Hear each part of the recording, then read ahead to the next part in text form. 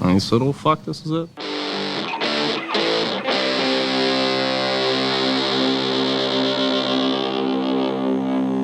If it's too much to ask, I don't wanna see you gone.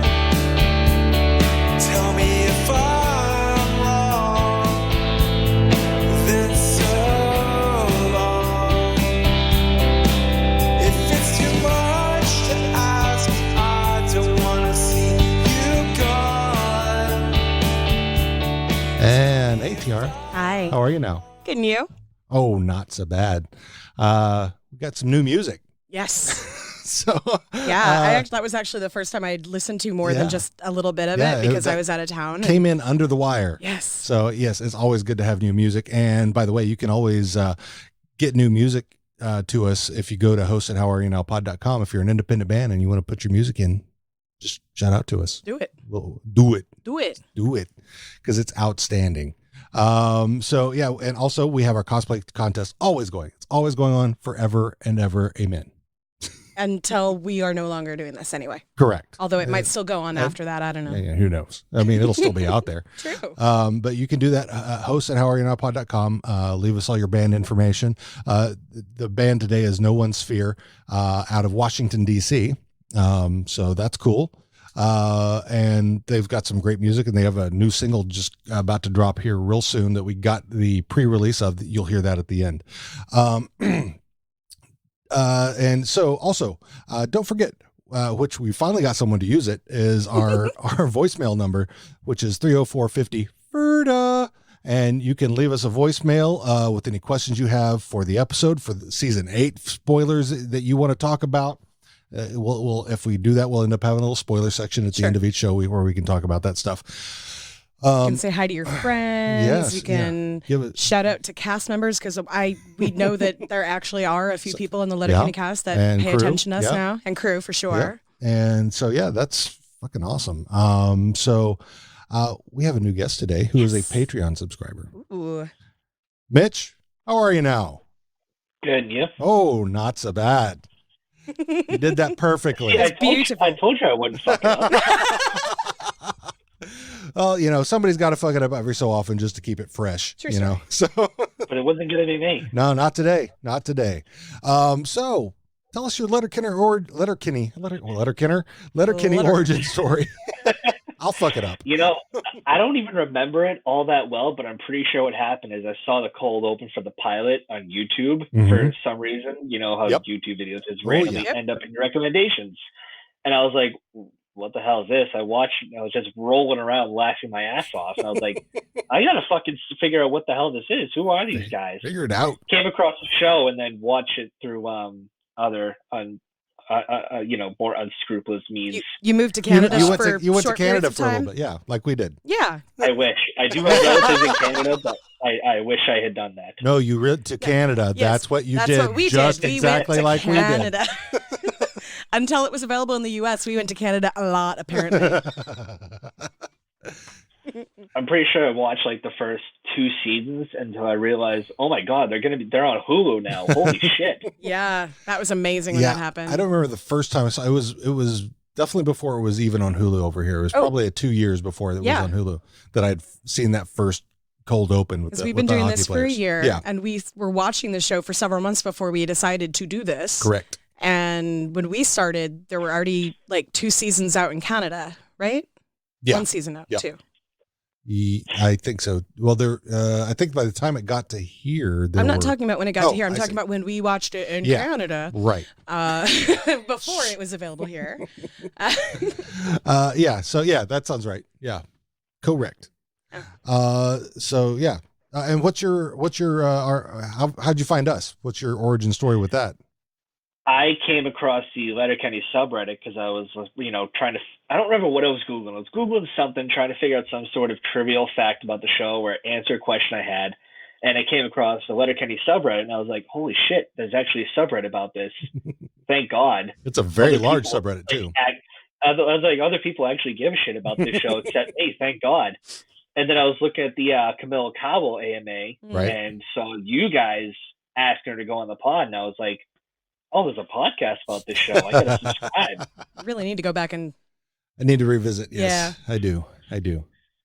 And we will. Yes. We've got a couple in the pipeline right now, and yes. I have promised that I will get more interviews, but we will have some come up before the end of this. This is what I was saying. You know, we're listened to by people now. It's weird. Yes, I know.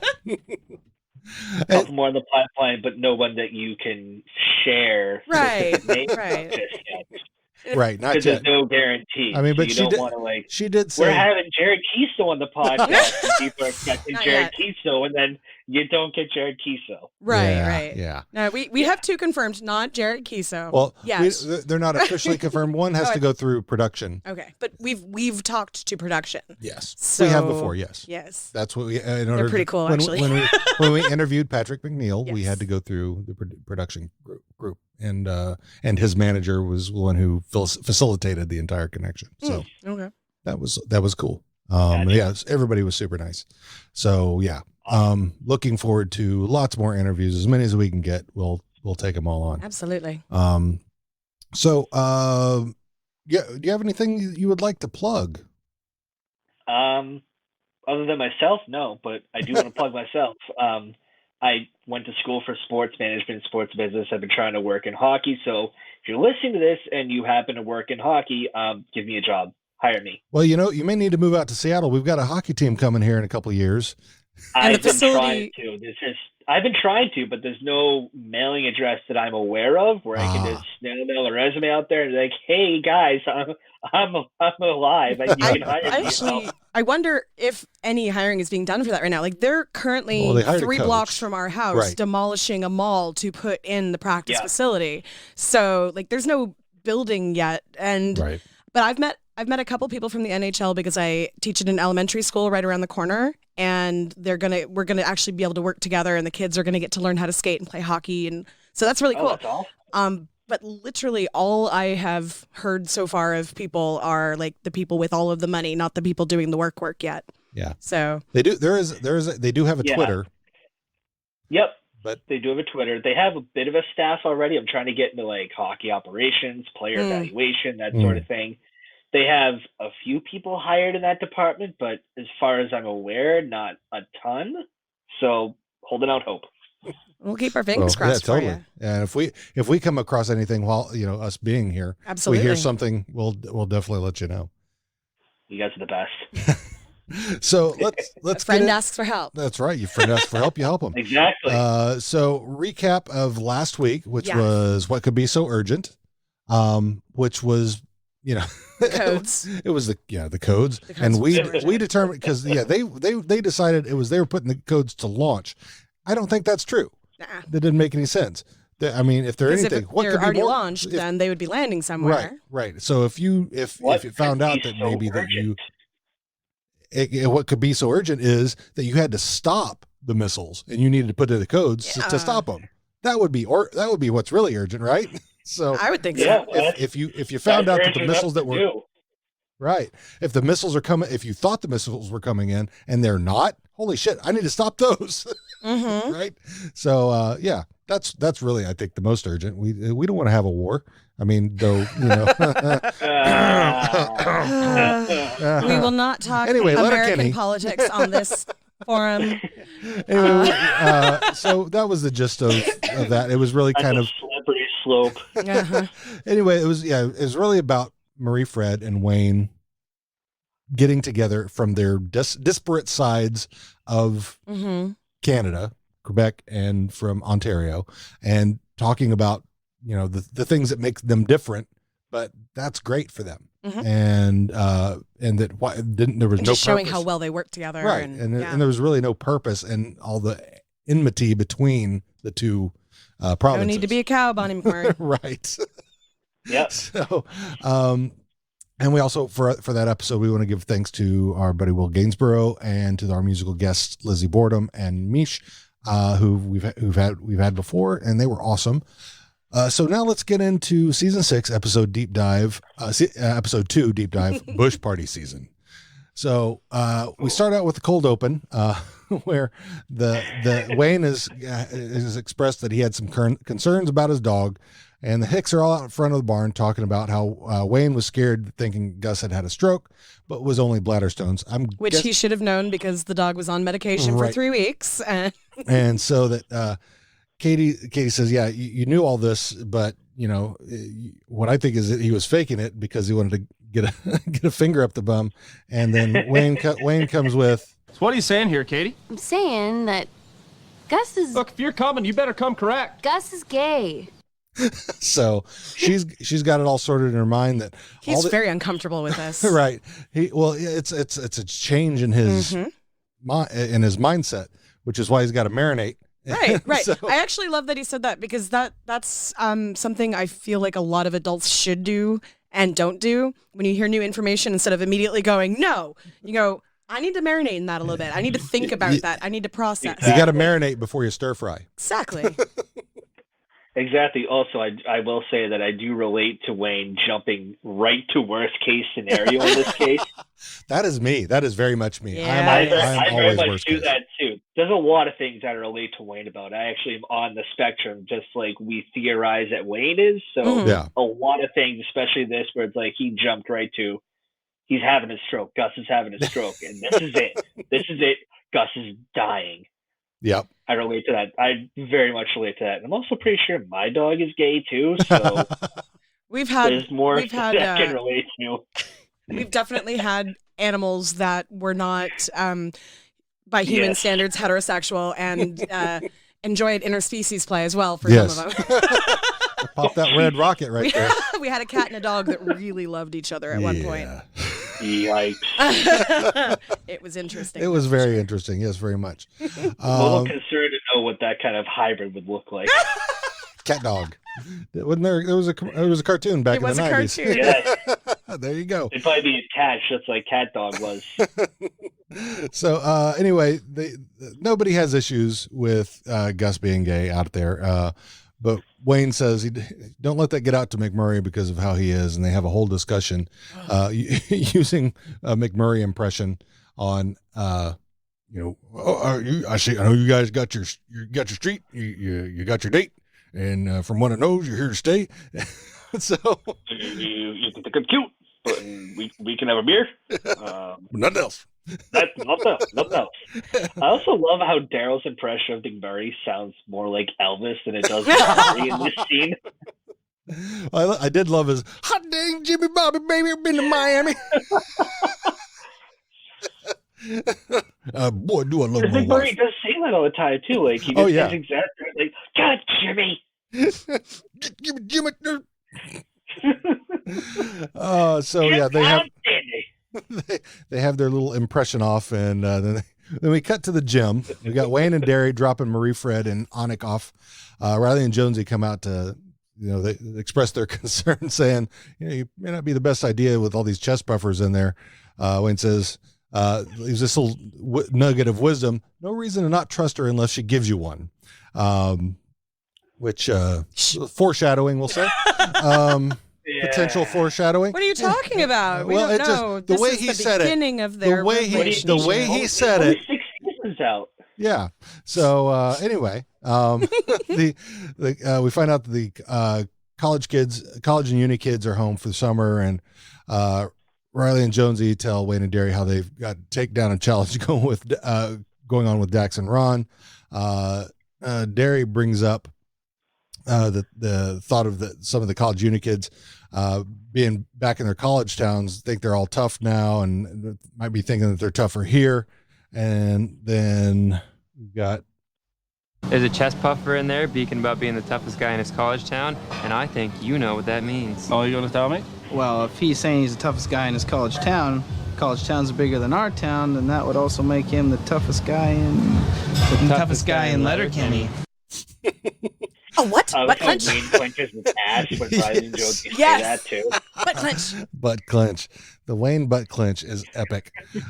So then directly after that, Joint Boy and Tyson come out. Some chest buffer in there saying he's the toughest guy in Letterkenny. How'd that work out for you, JB? One's the loneliest number, bud. Yeah, well, second place, the first loser. A lot of chin wagging going on in there, eh? He's ready? Tell me I don't look it. Heads on a swivel, boys. Use your peripherals. Who the fuck are you? Never me, boys. Only rule of suckers. Here we go now. I like the little camaraderie there between Wayne and Joint Boy, acknowledging that Joint Boy, if is definitely number 2 in Wayne's eyes. Yeah, I like that. He's been bested by, and there's he's first loser. What is it? Second place. First loser. Yeah, that's right. So then, which is pretty clearly why Wayne always goes first to Joint Boy when they need backup. Mm-hmm. Right. So Wayne and Derry, Joint Boy and Tyson all leave. Riley and Josie are standing behind. Shorzy starts chirping at him. And he gets this one in, which just cracked me up. Fuck you, Shorzy. Do you hear yourself? Fuck you, Riley. Should have heard your mom last night. She sounded like a window closing on a Tonkinese cat's tail. Sounded like... Fuck you, Shorzy. Fuck you, Jonesy. Should have heard your mom last night. She sounded like my great aunt when I pull a surprise visit. She was like, oh! I didn't get all of it, but those two parts where he does, oh! Well, and the fact that he is holding... I can't even do one push-up. He does that pull-up. He does that pull-up, and he's just holding it there. Like, you can see his muscles working and turning red as the scene goes on because he is doing. Oh my God, I'm not big on muscles. And then he flips himself over and farts. And then he flips himself over and farts. And I'm reminded of why I don't dig bros that much. Oh, dude, these bros. shirts might be some of his best work, and I say some of because they're not his best work, but they're some of his best work. Oh yeah, absolutely, totally. So then we cut to the big city and the apartment of where. Gay, Roldy, and Stewart are all living now. Gay and Rold are mixing up green food dye into their GHB, and Gay explains how good of a drug it is. It's almost like an infomercial. It's absolutely an infomercial. Right. Like, just the way that Rold reacts to all of her, like, oh. Is that so? Really? No way. Ew. No way. But yeah, Gay explains how good of a drug it is when used properly, and when it's improperly used, it's often the date rape drug. So the green dye helps girls stay safe. Stuart hollers from the other room. And she goes back there, opens the curtains, and his legs he's tied up. His legs are, he hollers that his legs are falling asleep. God. He's all tied up. He's handcuffed to the bed, and he's got duct tape over his mouth, but somehow he yelled at him that his legs are falling asleep. Right. So Gay opens the bedroom curtain. So much yikes. So many yikes in that one. So, it's a very loud Gay. Right. I can't feel my legs. Well, and Rold's face when Gay, because she's saying, I like sober Rold. I don't want you to do this drug. And he's like, well, I like sober Gay. And then I like sober Stewart. and Rold's just like, he's got obvious compersion for it, but there's still like that. You think Gay is a size queen? Anyway, she's tiny. We'll discuss that. We'll discuss that later. Something for you to marinate on. Uh-huh. All right. So we cut to initially it's the gym, but this goes back and forth between the gym and the barn. We have Annika, Mary, Fred, and then at the barn we've got Wayne and Derry. They're meeting each other to discuss how they're going with their sex lives. And they're each doing kind of a just between us girls or girl talk moments. Wayne's telling Derry that he's got to stay hydrated or he could end up with heat stroke. And Annika and Mary Fred are amazed at how long Wayne and Derry can both go and the number of times they can both go. Yes, Annika says something about I may not even really want it, but I'll just say let's go just to see if he will, and boom, every time. So then we're at the club. We cut to the club in the big city. The big city slams walk up to the bar where there's this fella hanging out, and they yell at him because somebody's fucked with their drinks and he didn't pay attention to the drinks like he asked them to. He says there's G in them. So they go, look at our drinks. And there's G in them because it's green. And he says, G isn't green. Well, it doesn't keep us safe. Well, drugs aren't supposed to be safe. And so there's all this shit that's going back and forth between them. The big city slams aside, you know what, we're going to go find where we can find the green G. And then the dealer, realizing that someone else is selling in the club, is very unhappy. Then we cut to the kitchen back at the farm. Wayne gets a call on his old hanging up on the wall phone that the chest puffer will be at the party. So like they usually do before a fight, they do their shot, do the 2 taps, and then they cut to the party. The Hicks all show up and they mosey in slow motion. As they're moseying in, the first sucker comes in. Tyson gets the first, then another one. JB gets them. Then they all sit down, and Anik and Mary Fred, as they're sitting down, notice these what they call the Amish, and we have this discussion. Higher now? What's going on there? Takedowns, by the looks of it. No, with the Amish girls. No, they're not Amish, they're Mennonite. What's the difference? Mennonites can use cars and electricity, Amish can't. Mennonite Mennonite riders. Schmellies. They're in this period of their life called Rumspringa where they can just carry on like the rest of us for a while. Call us the English. Yeah, we're the English world. We've been called worse. They can go to parties and be shitheads without any consequence from their parents. They can still go home and have a bed to sleep in no matter what. Why just let them go be shitheads? Well, it's to help them decide whether or not they want to stay in the English world permanently or go back to the Mennonite world and be with their families. What's in the Mennonite world? Whole lot of children. Great pride and community. Generations and generations of inbreedings. How many stay in the English world? Few. But some do? Well, some do. Some do. Yeah. I also love how those are the Dick girls.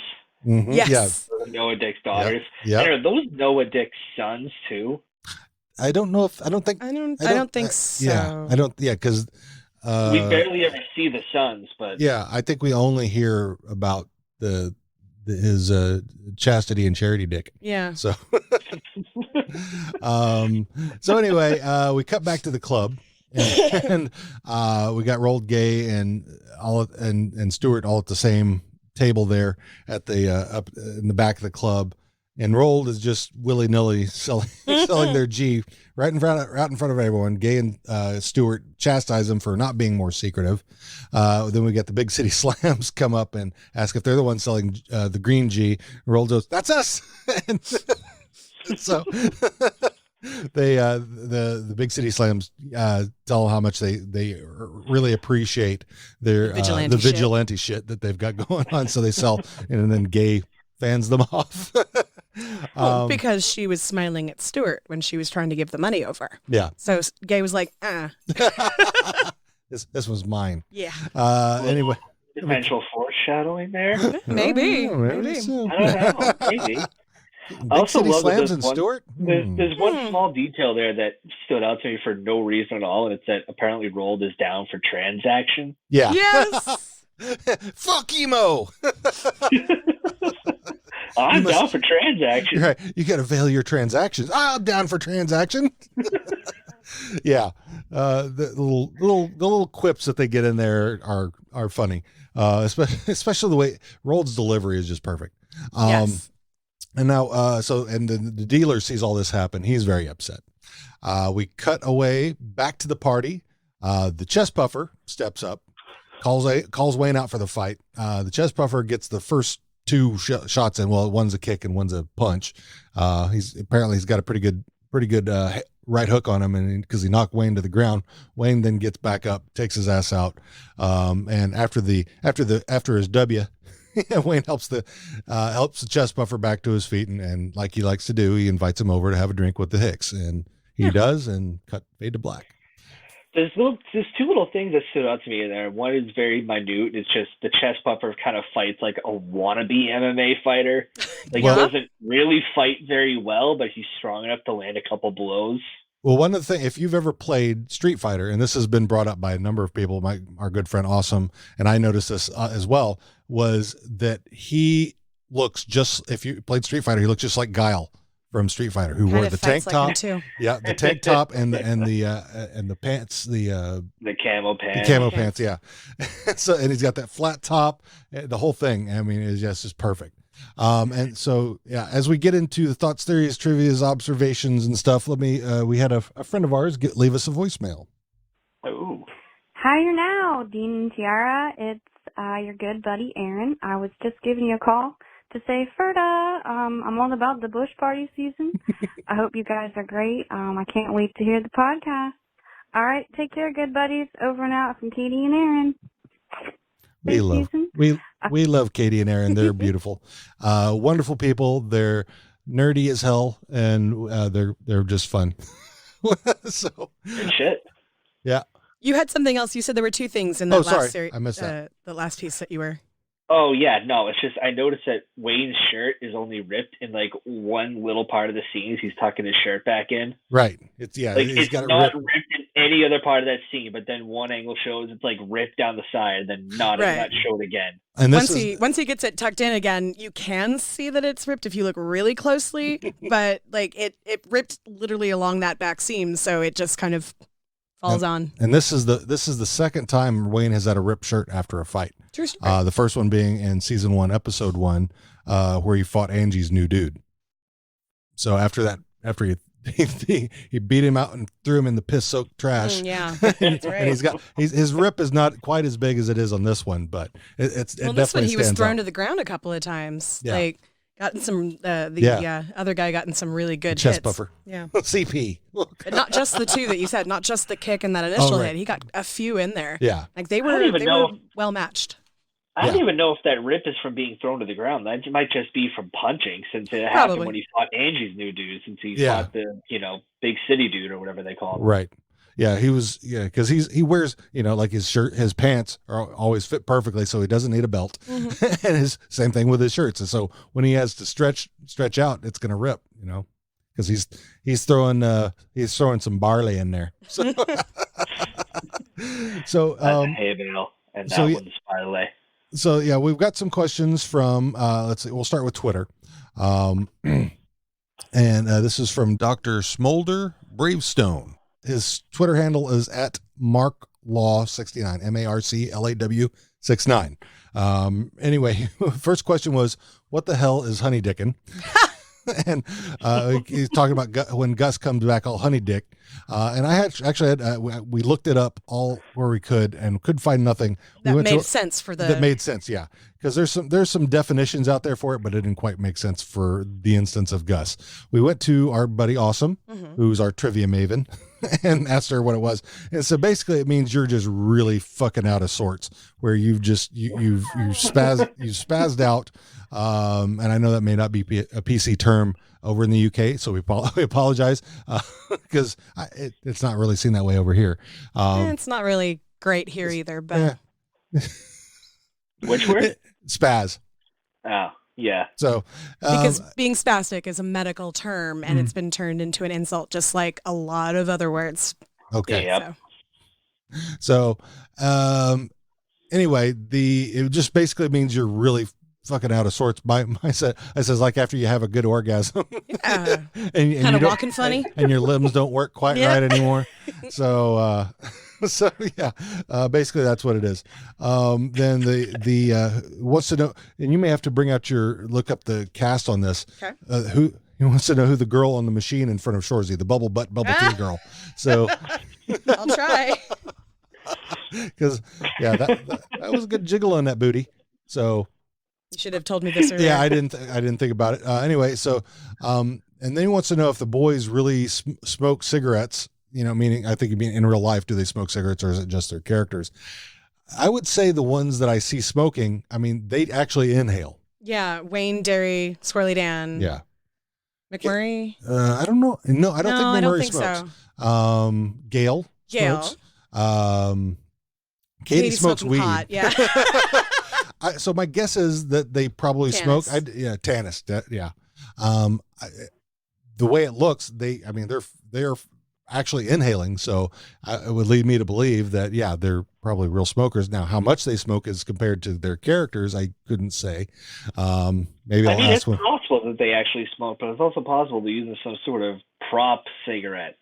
Well, yeah, still you're inhaling it. So, it's inhaling something is still going to fuck you up. It has to be something that's safe to inhale. I don't know. Yeah. I know that, movies and shows use a lot of different fake props for different drugs. So I don't really know what the details would be on that one. But. Yeah. But the way they hold their cigarettes, the way they inhale and exhale, at least at one point in time, they probably were. Also, it could be a thing like if you think the X-Files cigarette smoking guy, he smoked cloves, which aren't necessarily better, but it's not tobacco. Right. So they look exactly like cigarettes, depending on what paper you used to roll them. So true. I mean, but that was a lot of in the 90s. They used cloves a lot for prop cigarettes because actors didn't want to actually smoke. On set must have smelled really nice. Really pretty, tasty. So then, also, do folks really line up to fight like that? I suppose it probably would depend on. You mean at the Bush party? I guess, yeah, that's where the I fight don't think happened. they lined up. Like they were walking in as a mass, and as these people saw them coming in, they would make a play to go and get hit or to go and hit and get taken out by somebody. So it wasn't like they were standing in a line. They were all just like around at a party. Yeah. But I mean, there are instances like you'll see where there are, lineups of kind of the one guy just calls the other guy out, and where I think they're in a small town like that where, there's a lot of ethics in how they do things. It's like, this is the way we do things. Like he called him up and said he was going to be at the party. So you wanted to make sure you could challenge for the toughest guy. And that's why Wayne said to watch out for other lurkers and mean-eyers because he knew that other people would probably try, but he was just going for the chest puffer. Right. Like that was the one that says I'm the toughest guy in Letterkenny. And everybody else who challenged, they weren't necessarily trying to be the toughest guy in Letterkenny, but they wanted to say I got to punch in on Wayne or something like that, probably. Yeah. They want to get a sucker in on Wayne so they can say I beat the shit out of Wayne. Right, exactly. That's probably what Tyson did for like a minute until they became friends. Yeah, that was definitely a sucker punch. What you got? You find anything there? Still Not yet? Okay. Then I will continue on from Discord. Awesome. Left some observations. Not really any questions because she knows everything. So that's why I always go to her when I have a question. If she doesn't know it, it's probably not knowable. It's definitely not in the fandom, the letter, maybe in the wiki. The Wikia, which is actually called fandom now. So that's why I was like, as I was trying to say it. So this is the first appearance of the gun cocking gag. Right. So where they're doing the. Yes. I love that. I noticed that, and I had a question about that because I have no idea why they do that. Gun show. It's a gun show. Sun's out, guns out. Getting her gun ready to go in for battle, going into the gym, and then getting his gun ready for battle, the fight. Yep. It was really cute. Okay. Although Wayne did it before they went to the Bush party, and he was the one. He did that on her. Not Mary Fred. No, wait. No, he did it on Mary Fred twice in this episode, and then she did it once on him in the house. Right. Yes. Yeah. Yes. Yeah, I think he was just showing that he approved of her being tough too. Yeah. So, then we got the chest. Like I said before, Awesome noticed it and she actually put a post out to Jared Kiso about how much the chest puffer looks like Guile from Street Fighter, and Kiso liked it. Nice. It was probably on purpose then. Right. Absolutely. It doesn't. Yeah, I don't know. It was way too close for it to not be somehow some kind of like homage. Yeah. Like they do a lot of old video game references in this show. Yep. Usually playing video games, but this was a really obvious like they probably had this guy come in some kind of casting call, and they were like, "Holy shit, this guy looks like the dude from Street Fighter. Let's get him." Yeah, and he's actually in real life he is a stuntman. So yeah, he's or it could be that he was already a stuntman on the show. There's probably a lot of things they do in the show that are like done with a very specific purpose. Like there's not a lot I feel like that's by accident. Right. And when something does come up, you're like, okay, either that's setting it up for something way down the line because these guys play the long game for sure. Yeah. Oh yeah. Or did they actually mean that? Yeah. Because what I hear about season 8 is that there are things that are referenced now that happen later. What? So that's what I've heard. How can you know the future like that? And I had the envelope. The mighty Karnak came to me. We're getting a season 8? We don't even have a season 7 yet. I know, right? It's crazy. Wow. Yeah. Someone from the future. I even heard that there was actually that like Letterkenny just got to Hulu, so a lot of people are just discovering it for the first time. And by the way, we did an episode about that already. Yes, for we when did. We went up to Canada, and we watched all those episodes up in Canada. And we put out an episode of a very Letterkenny special. Yes. So See, I only saw the first 2 on YouTube. I didn't actually get to go up to Canada to see all the episodes until they got to Hulu. So when my girlfriend discovered, hey, you do know Letterkenny's on Hulu? I was like, what? I did not know that. I'm going to go watch them right now. There was no like announcement or anything. It just like quietly showed up. They talked about when it came out on Hulu, because it came out about this. It came out when they did the announcement for season 7 at the Austin TX. That's when it originally came out. When it got to Hulu was like 2 weeks ago, or a week and a half. I think it dropped on Hulu the same day season 8 dropped. Correct. Hulu. That's probably I didn't pay that much attention because we had already seen them, so I was like, oh, cool. When we were up in Canada. The province of Torrent. That's a province up there, right? Or is that a city in Ontario? That's a city. Torrent, Ontario. It's right next to Toronto. Yeah, exactly. I've heard of it. It's a sister city. Yeah, exactly. And then, I thought it would be in a province closer to Seattle. So that's weird. That's crazy. I mean, we can go to BC in like 3 hours, honestly. So. True.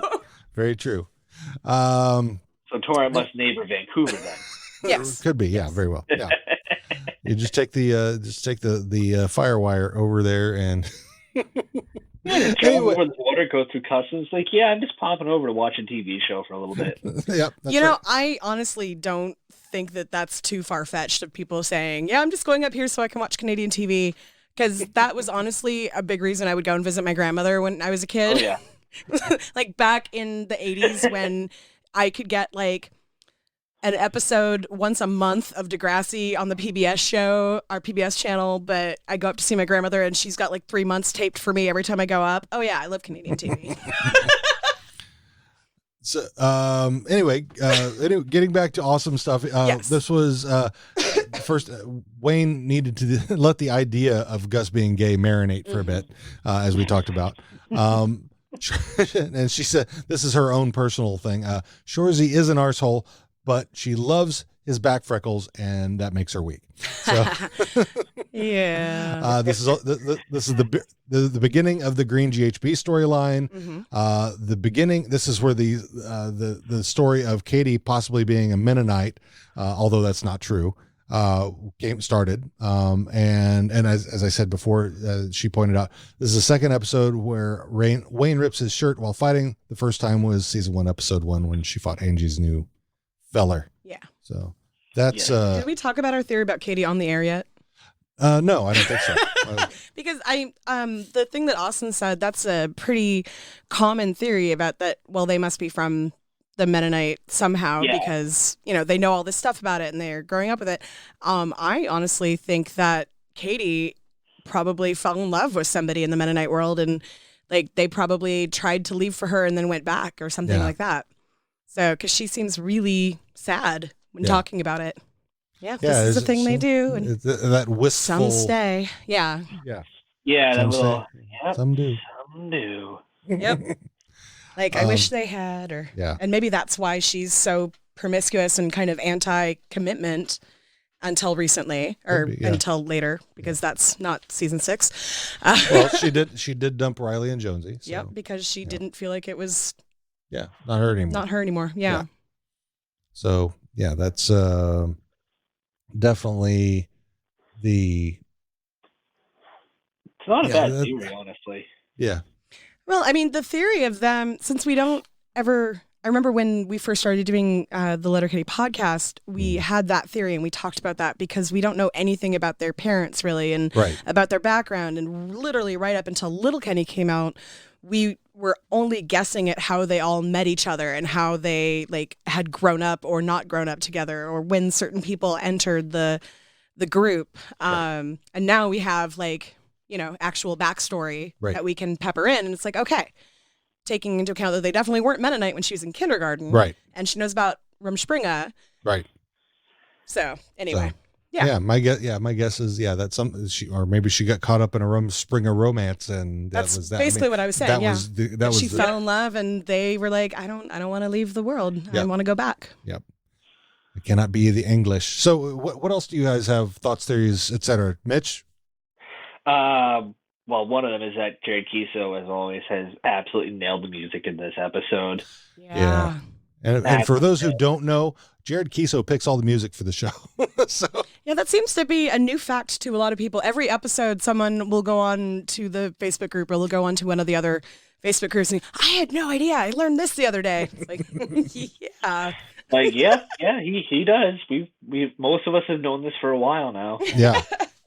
It's a really cool thing. Yeah, you don't hear that from a lot of producers, creators that they're doing that. So. There's people I follow on Twitter that I never expected to ever have heard of Letterkenny, like authors and everything that I've read their books, and they're all of a sudden I see a tweet like, wow, I don't know if any of you guys watch Letterkenny, but season 8 is amazing. I'm like, wait, what? And they're like, yeah, I don't know who picks the music, but it's so great. I'm like, oh, that's Jared Kiso.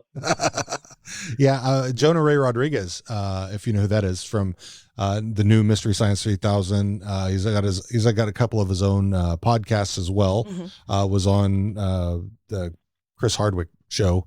I can't remember the other guy's name. They were like the first of ID10T. Whatever it was before ID10T. Anyway, he's a huge Nerdist. That's it. Yeah, Nerdist podcast. I've chatted back and forth with him a little bit about some of the things that have popped up with Letterkenny. Mm-hmm. So I'd like to get him on. I think that would be really cool. Yeah, I've enjoyed everything I've ever seen him in. So same. And Mystery Science 3000 takes me back. So yeah, that one's all you. That one's not my jam, but that's okay. Nothing wrong with that. It's all right. So what else you got? Pig, not my farm. Right. I say that at work a lot. I tell my boss that. Not my pig, not my farm. I do that. Yeah, at work too, so. I'm usually turning to my assistant teacher and saying, God, this is my circus and those are my monkeys. So, yes. The only other thing that I have is that I'm pretty sure the dealer totally let someone spike the drinks at the club. Oh, yeah. If he didn't do it himself. If he didn't do it himself. Well, actually, but he wouldn't have done it with the green stuff. Right. Exactly. Yeah, somebody else said it. Green. So if someone was like, hey, we're going to spike these drinks. No, when he's a dealer, he's just like, okay, I don't give a shit. Yeah, because drugs aren't supposed to be safe. Yeah.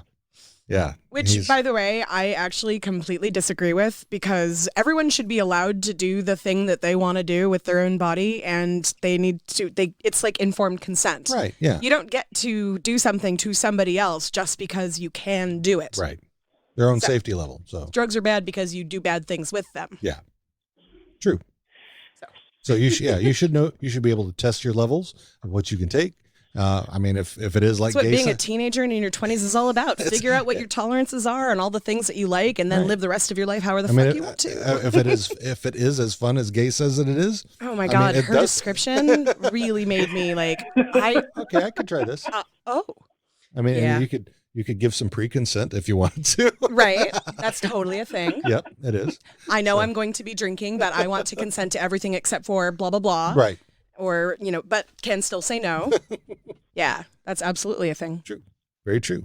Absolutely. And I wholeheartedly suggest, actually, I would require every person to, if you're have that conversation. Yeah, definitely.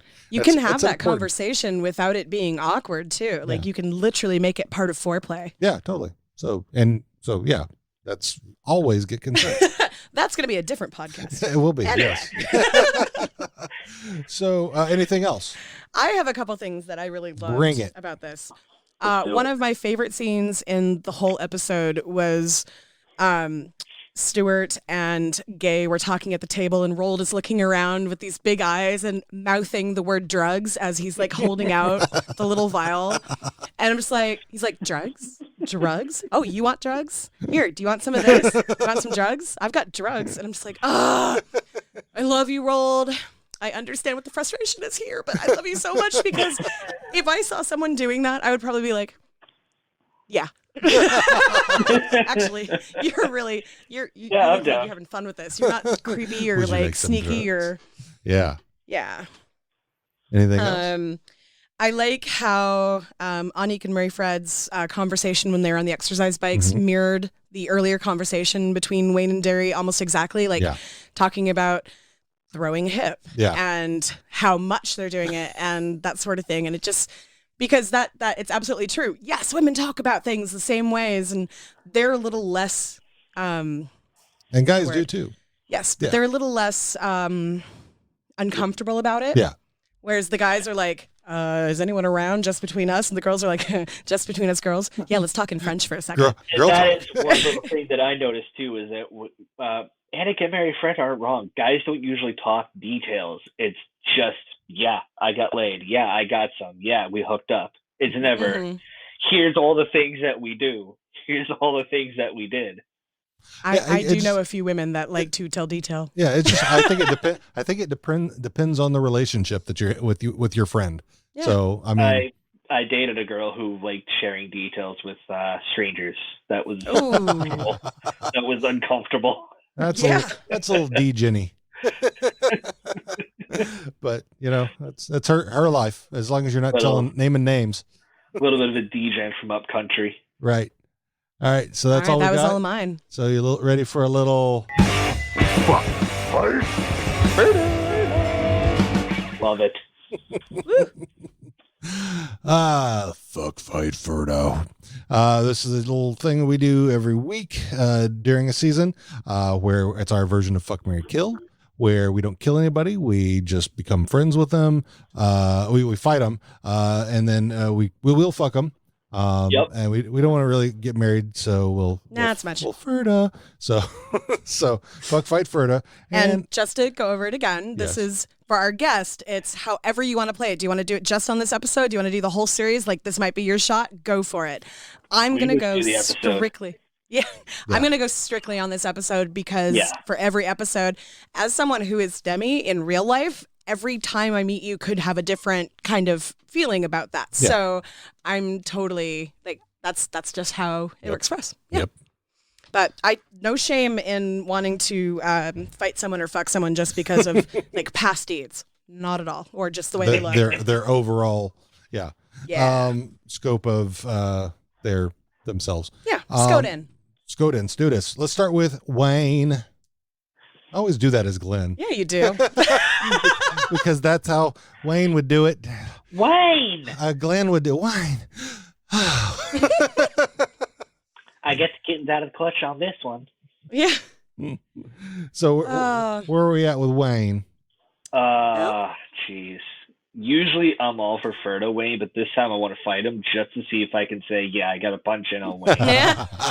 You want to go to the bush party? You are not the first one that's wanted to fight Wayne because, you know, you get some respect out of Wayne if you fight him. Yeah. You'll probably be able to make a friend faster with Wayne if you fight him in his correct way. Right.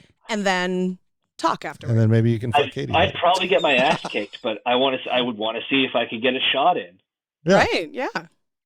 And not a sucker. Like, you got to do it the proper way. Right. You got to do it the proper way where you square up and you're both ready to go. Exactly. Absolutely. Otherwise, you don't earn his respect. Right. And that's why Tyson I do think you do have to get one shot in on him. I would believe so. Yeah. Yeah. Because, you know, I mean, that's kind of why the Tyson one took longer, because his first shot was a sucker. Then they end up having them, and then they had to circle back to it. Headbutt. Yep. This is, you're going to sucker me. This is your sucker right back. All right. So, all right, that's right. I'm going to say Ferda. Wayne. Yeah, yeah, cool. I'd be cheering him on in the fight. I'd be walking behind with the girls, like watching, like trying to. The gun cock. Ooh, I would totally give him the gun cock. I mean, that sounded really dirty. I'll give him the gun cock. Yeah, all right. That's the strap on. Derry. Oh, Derry. Ferda. Always Ferda. Ferda Derry. It's not often, you don't often hear too many fights with Derry. No. Like usually just when he's really drunk. Yeah. Yeah. Yes. Annoying. Yeah. I'm going to go Ferda on Derry as well in this one. There wasn't a whole lot that really sticks out more than that. Miss Katie's. Oh, always fuck Katie. That's almost always everyone's answer. I'm probably for the first time going to probably say that too, but not like she looks like with that mournful conversation that she had. She looks like she needs a really good friend, and that could very well turn into something more. Oh, because totally. Katie. Yeah. So like, that's where I am on that. I would be down for that kind of a. Squirrely Dan. You know, I'm with Katie on this. He talks about Miss Trisha way too often. He's like one of those white liberals. It's like, look at all I've learned. I want to tell you about it every time we talk. It's fine if you learn from Professor Trisha, but come up with your own statements. Right. This, think of it like a college assignment. You're not supposed to quote people directly every time you talk about the things that you've learned. You're supposed to, take it, simulate it, make it into something that's your own. Great. And I mean, it's great. Yeah. But make it your own. You don't have to fucking, just every time. Yeah. Professor, you could see him. Well, I don't understand this. So, yeah.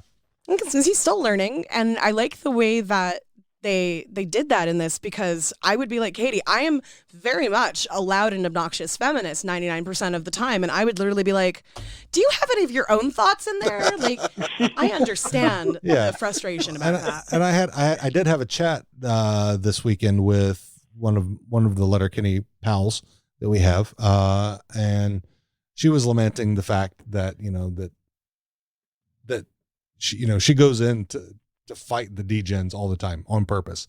Yeah. I'm like, I understand that. And I can't do that. It's a lot of emotional labor to go through that. And if it comes at me, if I happen to fall into it, I will say something about it.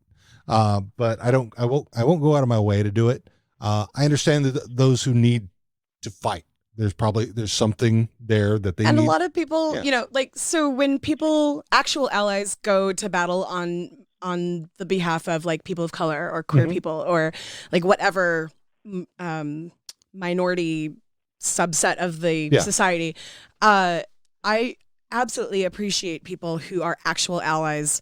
I think right now where Dan is the desire to be an ally, but the not having the comprehension yet of how to apply the things that he's learned. I think instead of just he also doesn't have his own group of folks that he can ally with. Right. So I mean, but like the person you were talking about, I don't have the emotional ability to stand up to people like that just because of who I am and my own personality. So when someone like that does that, I appreciate it. Like Luann, who we've had on the show a couple times, she's always going to bat for people. And I love that because she uses the privilege that she does have to then, butt up against some idiot who's being mean. Right. Yeah, but as we've talked about a number of times, don't just do it to get the accolades. Don't do it to get the accolades. Yeah. Also, don't do it over those who are your ally, who you're allying for. If you want to fight on my behalf, make sure I actually want the fight done. Right. Exactly. If I got this, I can handle this myself. Right. Right. So anyway, where are we on Squirrely Dan? There's a big risk of being a white knight in that event. Yeah. Going to bat for someone that doesn't want you to. You see it all the time on social media. It's like, okay, like a lot of dudes do that. It's like, we get it. You're just trying to get laid. Oh, yep. That's a yep. So Squirrely Dan, I usually want to be Dan's friend or even fuck him because he's like totally my type. But I think in this situation, I would be like, I really would get annoyed. Yeah. I want to say Ferda that I would be able to talk through it with him, but also if that was how he was always bringing up stuff like that. Yeah, I would, but I think, if you tried to talk to him about it, if you explained it to him, how it was doing wrong, I think that makes a lot of sense. Yeah, he would marinate on it. Yeah. That's what I'm thinking Ferda. That makes lots of sense, Miss Katie's. Yeah. There's a part of me that wants to smack him a little bit, but that might be. That's in a way, but you would do it in a Ferda way. I would, yes. Yeah, I'm not to just kick his ass. I'm Ferda too on Dan. Yeah. So we're both Ferda there. All right. Yeah. So Riley and Jonesy. Oh God, those poor guys just get roasted by Shorzy all the time. I'm gonna say Ferda. They need friends that aren't each other. Can confirm. Yes, I would also say Ferda, and I would be like like slipping condoms into their bags at every opportunity that I could find. Yeah, knowing this takedown challenge. Yeah. Thinking years beyond the games, buddies. The way the takedown challenge ends too, it's just you need that extra layer of protection, boys. Oh yeah, yep. Joint Boy and Tyson. I did them as one because they're always together from now. They live next door to each other. They're like the hick version of Riley and Jonesy. They're just always together. Yeah. Almost always, yeah. Anytime someone needs Joint Boy, Tyson's right there. Anytime someone needs Tyson, Joint Boy's right there. True story. Very true.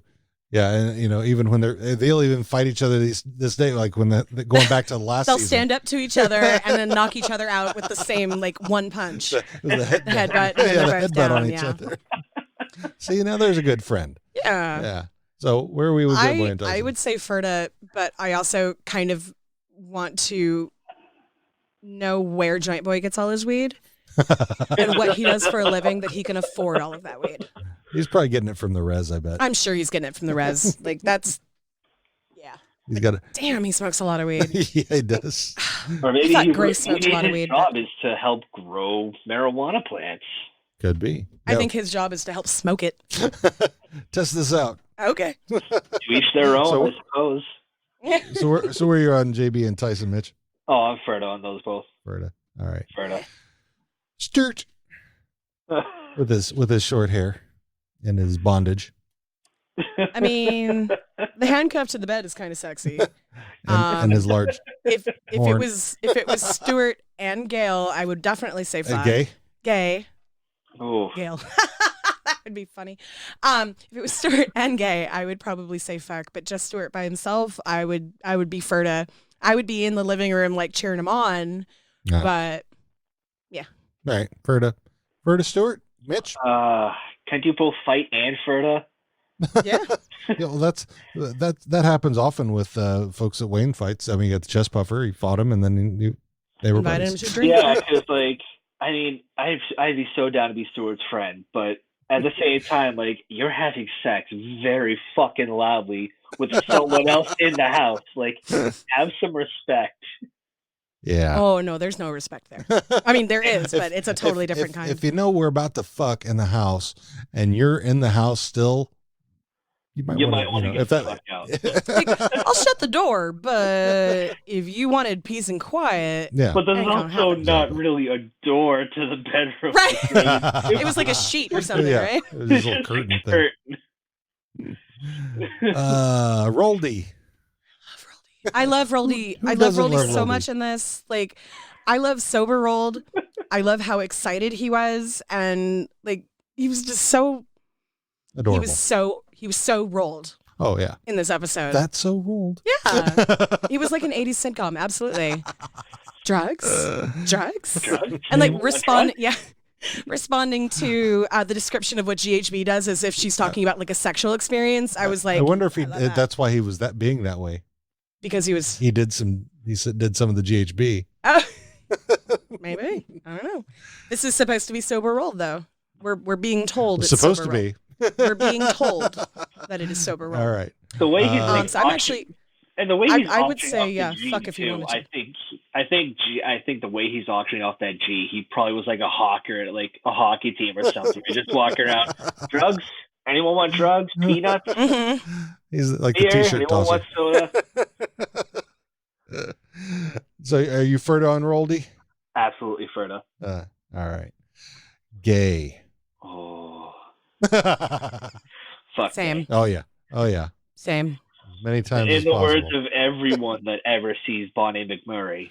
Oh, gay. Yeah. I'm all for all the gay sex.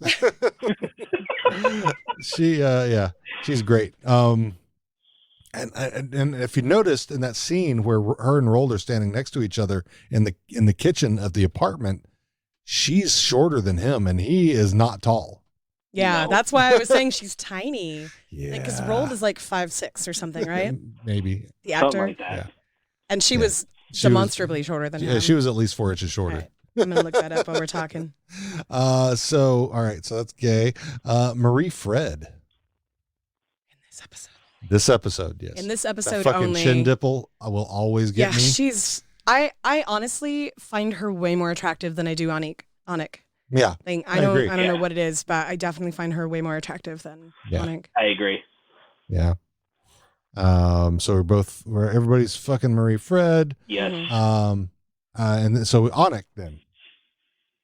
And just because she's not as attractive as Mary Fred to us. Again, this episode only, I'd still. Oh yeah. Oh yeah. Still give her a fuck. Oh yeah. And the last one I'm going to do is because they had a fairly large speaking role, the Big City Slams. I would want a Ferda. I would want to help like. I would be the person who would watch their drinks and really watch their drink. Yeah. Like they need somebody who's not, into the scene. Yeah. Yeah. Can take care of them a little bit. They need a mama. They need a I'm absolutely a mama.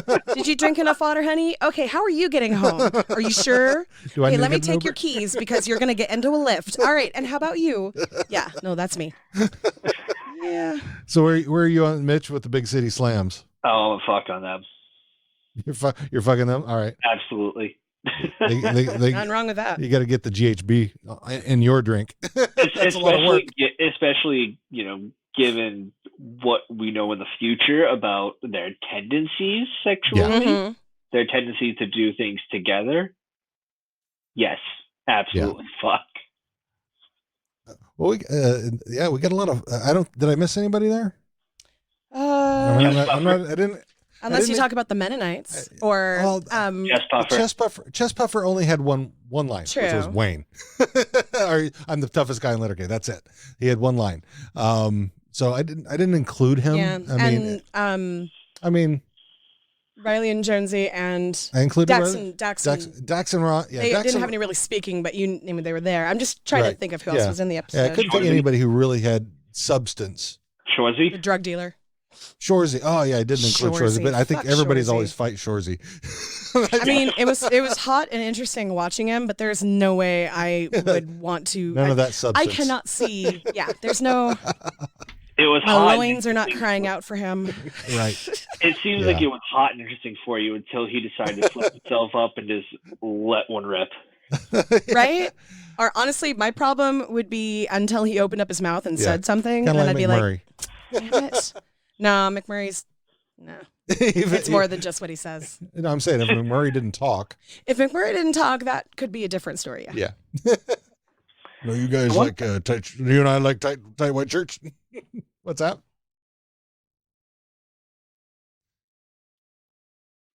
Oh yeah. Talked only like, how the fuck is this guy McMurray? All right, so that's it then with Fuck Fight Ferda. Any final thoughts we have about the show? Ever since season 1, I want to know what Katie has to do with the Mennonites and like where that is tied up. Right. So yeah, that's really the only big question I have from this that I know is not answered, at least in the near future. Yeah. Yeah, I agree with that. And I also want to know, like, given the Dick Slip Out episode that comes up, which I believe is actually the next episode. Next episode is City. Yeah. Okay, so then whenever Dick Slip Out comes up, but Noah comes up to Wayne and says, your family has always been kind to mine, or something along those lines. Yeah. That just makes You've always used us. You've always used us. What is the history there? Yeah. I would like to know that. And I like that the Mennonites are coming out more and more as the series goes on. And it's not just little quick throwaway characters, that they actually become storylines. Yeah. Yeah. Yes. And when it comes to Lavina Dick, right? I'm a fuck with that. She's a good runner. She's Lavina Dick. So any other thoughts? So yeah, next week is going to be season 6, episode 3, The City, and our guest will be our good friend Elizabeth Orton, who actually lives nearby and will be joining us. I don't know who the music's going to be yet, so we'll see. Hopefully, if we get something new. If you're listening out there, send us your music. That's right. Hosts at howareyounowpod.com. So Mitch, thank you for being on. Do you have any, again, one more time, if you have any social media you'd like to share, anything like that, to get yourself out there? I mean, you can follow me on Twitter at Dirty Water Buzz if you want. I mostly just yell about Star Wars and politics, whatnot. Star Wars is like my jam. That's my thing. So, I mean, if you're okay with putting up with me just retweeting and tweeting a lot about the movies and the TV shows and the books, like, go ahead, follow me if you can stand that. Did you see that tweet that came out last week? That guy being told gatekeeper about true Star Wars fans do this and this and this. Oh my God. The amount of times, like, I more than rolled my eyes. I think I rolled my entire body when I saw that tweet. I looked up Gatekeepers and can go fuck themselves. For real. Like, I know plenty of people who are fans of Star Wars that don't read all the books and don't watch all the TV shows like I do. Yeah, and what was funny about that is nowhere in his Twitter bio did it say anything about Star Wars. So, but he did mention Tolkien. I mean, it makes me think he was just doing it to get a rise out of people. He just wanted to piss some people off. Yeah, because he didn't respond much after that. He got ratioed pretty quickly. Yeah. So, that's my favorite. I do have one really quick thing. Yes. I finally tracked down Sarah Gadden's biography. She's 5'3". Oh, she is very tiny. She's tiny. So that makes Rolled about 5'6", 5'7". Yeah, I'm not that fast. I'm almost there. Hold on, full bio. Full bio. Really? There's nothing in his full bio. Oh, 5'6". Yeah, okay. I was right. So yeah, not too far off. You nailed it. So yeah, nailed it. I can usually tell the ones that are about my height. I'm somewhere around 5'5". I'm pretty sure I'm shrinking again. So. All right. Happens when you're old. Don't get old. Woo. So. All right. So. All right. So we will see everybody back next week. Mitch, again, thanks for being on. Go Seahawks. And then we're right. Hell yeah. It was a lot of fun. And we're also going to be playing our outro from No One's Fear. And this will be their new song, their new single that's coming out. We got the preview of it here. And what's it called? It's oh great. Now you had to ask me things. It is called Friends. I have to look it up again. Oh darn! I'm sorry. You had to call me on stuff. I'm didn't sorry. You? It is. Way to go, Tiara. Yeah. That's what it do. He's usually the one correcting me, so it's kind of nice when I catch him on stuff. It's called. Title is "Friends Will Call You Out." Friends will call you out. Okay. So yeah. Cool. All right. Enjoy it. We'll see you next time. Very appropriate.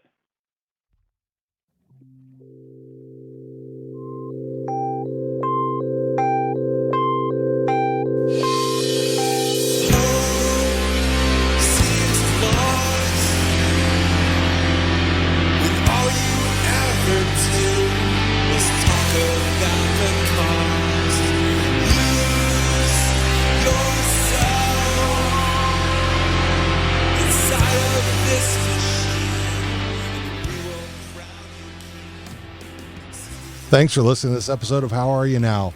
We would like to thank you all for joining us again each week. If you'd like to reach out to us, we can be reached at host@howareyounowpod.com, on Twitter at howareyounowpod, and you can leave us a voicemail at 304-50-FERDA. We'd like to thank our musical guests this week, No One's Fear, for sending us their music. We hope you will check them out on Bandcamp. All their information will be in our show notes. See you D-Gens next week.